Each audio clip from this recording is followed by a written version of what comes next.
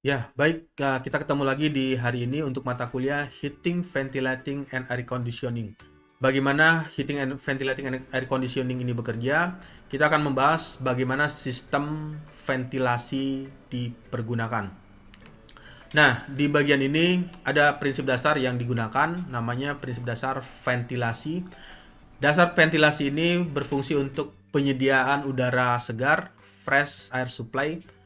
Kenapa hal itu diperlukan? Karena ketika sistem HVAC ini difungsikan, sudah harus dipastikan bahwa terjadinya ventilasi di dalam ruangan.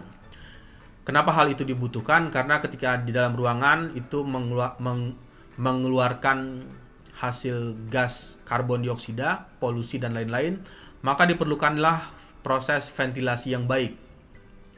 Lalu di bagian kedua, pengaturan aliran udara. Sistem HVAC ini aliran udara memastikan distribusi udara yang merata di seluruh ruangan. Itu merupakan prinsip dasar dari ventilasi. Kemudian yang ketiga, ventilasi ini berfungsi juga untuk menghilangkan, membuang udara kotor di dalam ruangan seperti udara yang mengandung uap atau bau tertentu di dalam ruangan, kemudian ada polusi lain, karbon dioksida, kemudian polutan lainnya, bahkan partikel mikroorganisme juga harus dibuang di dalam ruangan tersebut. Ini merupakan fungsi dari ventilasi tersebut dipasang untuk memastikan bahwa udara yang dikeluarkan dari ruangan dengan cara yang efektif mencegah akumulasi zat yang dapat membahayakan kesehatan yang berada di dalam ruangan tersebut. Lalu yang keempat, pertukaran udara air exchange. Jadi ada udara yang masuk dan ada udara yang dikeluarkan. Sistem ventilasi perlu menciptakan keseimbangan antara pasokan udara segar dan pembuangan udara kotor. Inilah yang perlu dipergunakan di sistem dasar ventilasi. Kemudian ventilasi juga berfungsi untuk melakukan kontrol terhadap kelembapan. Bagaimana kelembapan udara, humidity di dalam ruangan tersebut dikontrol dengan baik sehingga yang berada di dalam ruangan bisa merasa lebih nyaman dan bisa bekerja secara efektif. Inilah fungsi dari prinsip dasar dari ventilasi. Lalu di bagian ventilasi juga harus bisa memberikan filtrasi udara, menyaring udara yang masuk ke dalam ruangan tersebut. Ketika udara yang dialirkan ke dalam ruangan ini sudah mengalami proses penyaringan sehingga tidak ada debu, polusi, bahkan mikroorganisme di udara tidak bisa masuk ke dalam ruangan. Oke, ini merupakan ilustrasi sederhana apa yang dimaksud dengan ventilasi. Di gambar sebelah kiri ada namanya infiltrasi. Infiltrasi ini merupakan ventilasi yang tidak terkondisi.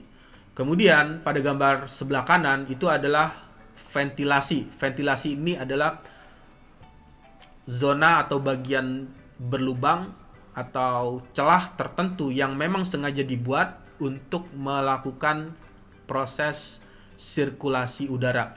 Pada gambar di samping sebelah kiri banyak terlihat arah panah yang tidak merata. Ada arah masuk, kemudian ada arah keluar. Nah, proses ini terjadi secara tidak terkendali. Jadi ketika ada udara masuk dan udara keluar, tidak mengalami proses penyaringan, kemudian bisa saja udara yang dari luar tersebut sudah terpolusi, tercemar, masuk ke dalam ruangan. Bahkan udara yang di dalam ruangan tidak bisa dialirkan keluar dengan maksimal. Inilah tujuan dari ventilasi. Ventilasi tersebut harus bisa mengontrol bagaimana udara bisa mengalir dengan baik. Oke, lalu yang bagian berikutnya, bagaimana proses ventilasi bekerja secara natural. Secara natural bisa dilihat dalam ilustrasi pada gambar di bagian samping sebelah kanan. Di gambar sebelah kanan ini ada namanya efek cerobong. Jadi pada gedung yang bertingkat dengan jumlah tingkat lebih dari Satu, tingkat. Ada udara yang mengalir dari bawah.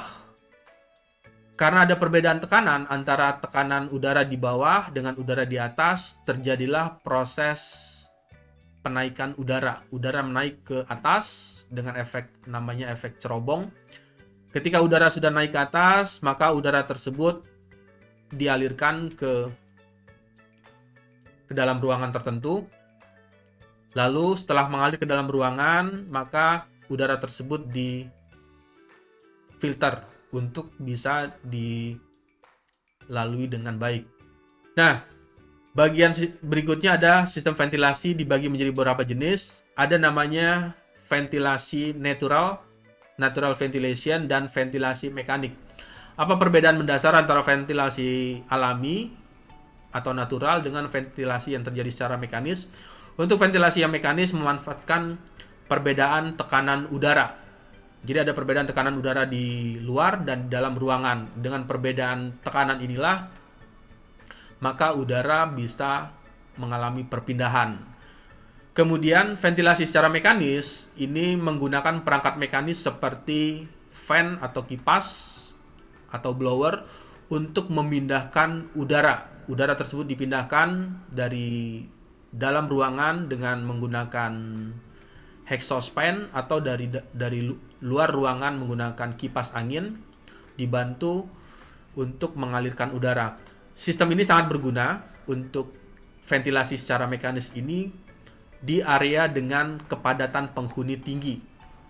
Artinya ketika jumlah bangunan atau gedung yang dipasang di tempat tertentu atau di lokasi tertentu dengan jumlah yang banyak penghuni, ini umumnya menggunakan ventilasi yang terjadi secara mekanis.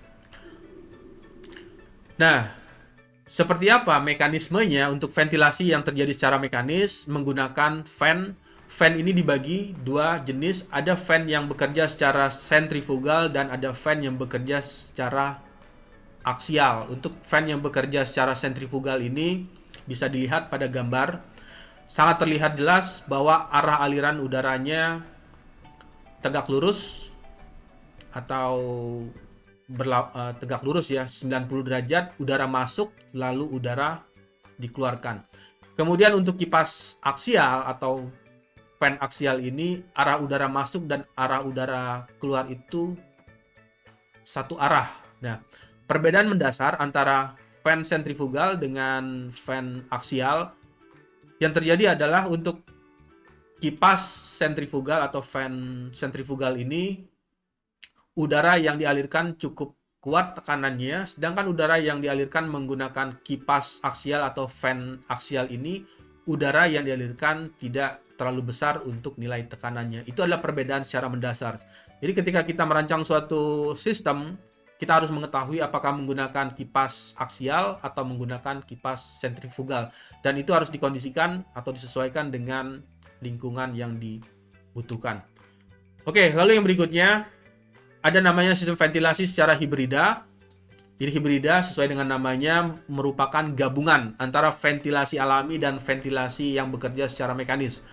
Sistem ini dirancang untuk memanfaatkan kedua jenis ventilasi tergantung pada kondisi cuaca atau kebutuhan pengendalian udara. Kemudian circle-nya bagian berikutnya ada ventilasi yang terjadi secara terpusat. Centralized ventilation. Ventilasi ini terpusat menggunakan satu sistem ventilasi besar untuk melayani seluruh area atau bangunan.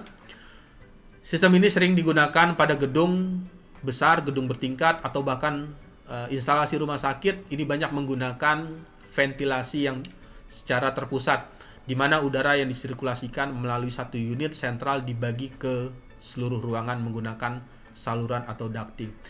Oke, baik, itu adalah materi yang disampaikan pada pertemuan kali ini. Nanti kita akan bertemu lagi di materi selanjutnya di pertemuan berikutnya.